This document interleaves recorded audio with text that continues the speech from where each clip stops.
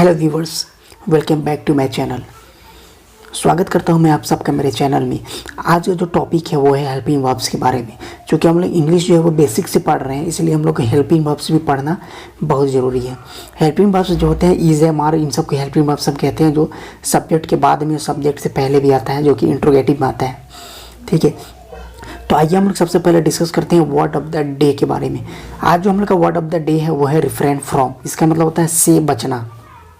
तो इसका सेंटेंस ले लेते हैं, रिफ्रेन फ्रॉम एल्कोहल। इसका मतलब हो जाएगा शराब से बचो। तो बेसिकली हेल्पिंग वर्ब जो होता है वो अलग अलग तरीके का होता है। जैसे एक हेल्पिंग वर्ब का जो फॉर्म होता है वो बी का फॉर्म होता है। तो बी के अंदर जो आते हैं वो है am, is, are, was, were, be, और एक और होता है जिसको हम लोग कहते हैं बीन।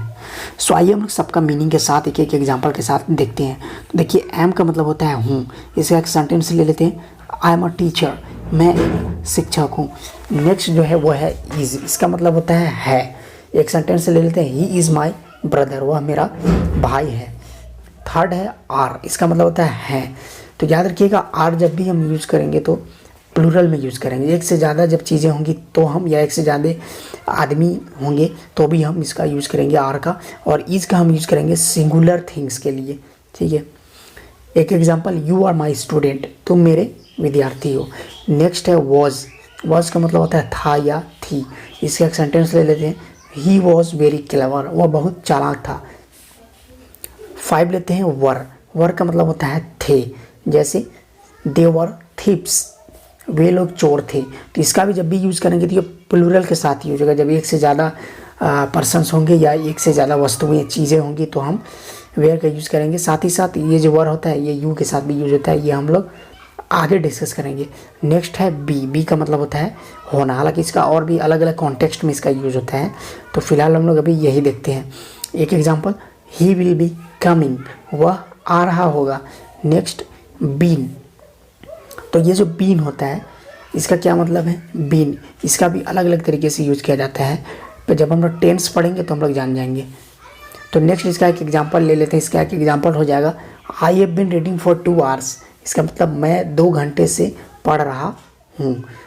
नेक्स्ट जो वर्ब्स है वो हम लोग का है हैव के फॉर्म में जो वर्ब्स है। तो हैव के फॉर्म में जो वर्ब्स है वो है हैव, हैज़ और हैड। इनका हेल्पिंग वर्ब के रूप में कोई मीनिंग नहीं होता है, लेकिन जब इसको हम मेन वर्ब में यूज़ करते हैं तो इनका मीनिंग निकलता है। तो हम लोग आगे डिस्कस करेंगे। एग्जांपल हम लिखते हैं, I have completed my homework, मैंने अपना होमवर्क कर लिया है। नेक्स्ट है has, he has reached home. इसका मतलब हो जाएगा वह घर पहुंच चुका है। नेक्स्ट है हैड। तो आई हैड स्लेप्ट, मैं सो गया था। तो ये जो हैड है इसका यूज़ पास्ट टेंस में किया जाता है, और हैव हैज का यूज है वो प्रेजेंट टेंस में किया जाता है। ये हम लोग आगे पढ़ेंगे। नेक्स्ट जो हेल्पिंग वर्ब्स है वो 3 तरीके का और है जो डू के अंदर में आता है। ठीक है, एक पहला होता है डू, डज और डिड। इसको हम ऐसे जनरली ले सकते हैं कि डू का मतलब ता, ते, ती, और हालांकि ऐसा कुछ होता नहीं है, लेकिन ये समझने के लिए ऐसे ही हम लोग ले रहे हैं। डू का मतलब ता, ते, ती, ये टेंस में यूज होता है, तब इसका मीनिंग जो निकलता है वो ता, ते, ती निकलता है। जैसे I do not know you, मैं तुम्हें नहीं जानता हूँ।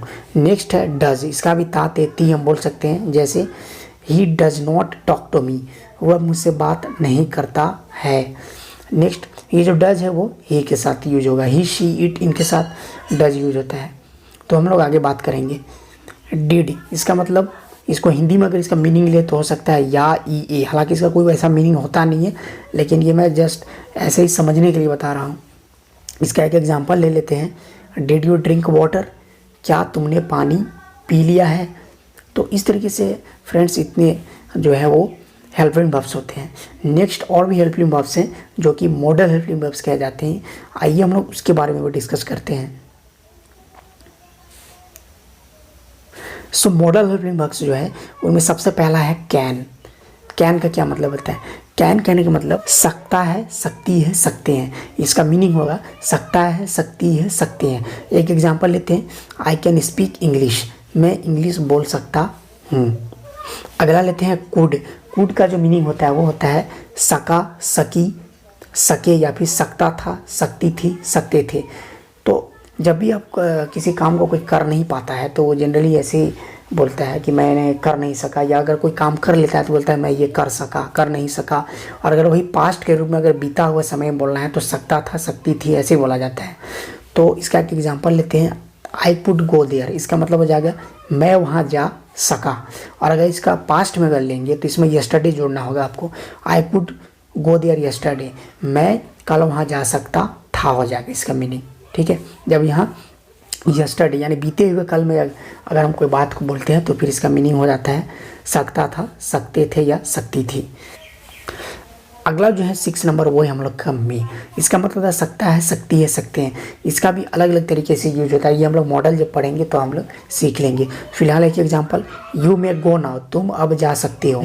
नेक्स्ट जो वर्ड है वो है हम लोग का माइट। ये सारा मॉडल हेल्पिंग वर्ब हम लोग पढ़ रहे हैं। माइट का मतलब होता है सकता है, सकती है, सकती हैं।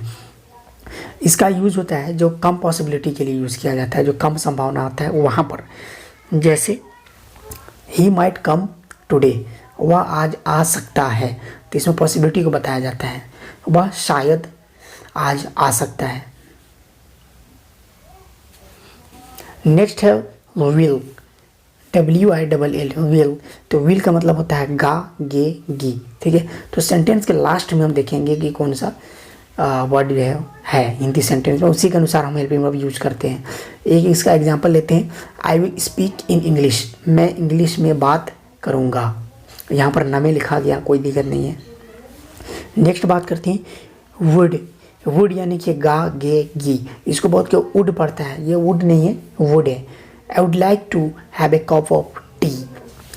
इसका मतलब है मैं एक कप चाय लेना पसंद करूँगा। तो इसका भी हम लोग आगे यूज पढ़ेंगे।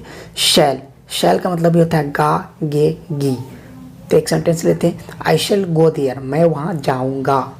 तो शैल का भी यूज़ हम लोग आगे पढ़ेंगे।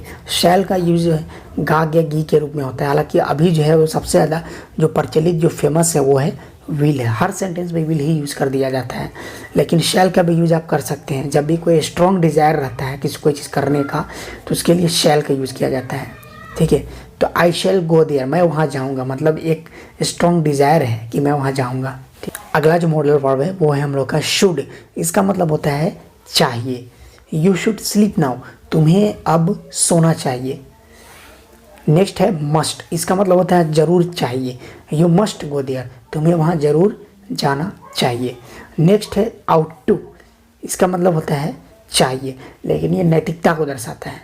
ठीक है, कोई भी नैतिकता यानी नेक काम को किया जाता है तो उस कंडीशन में चाहिए के अर्थ में इसको हम लोग यूज़ करते हैं। जैसे we ought to help the poor या हेल्प पुअर, हमें गरीबों की मदद करनी चाहिए। सो आई होप आपको ये वीडियो लेक्चर जो है वो पूरी तरीके से समझ में आया होगा।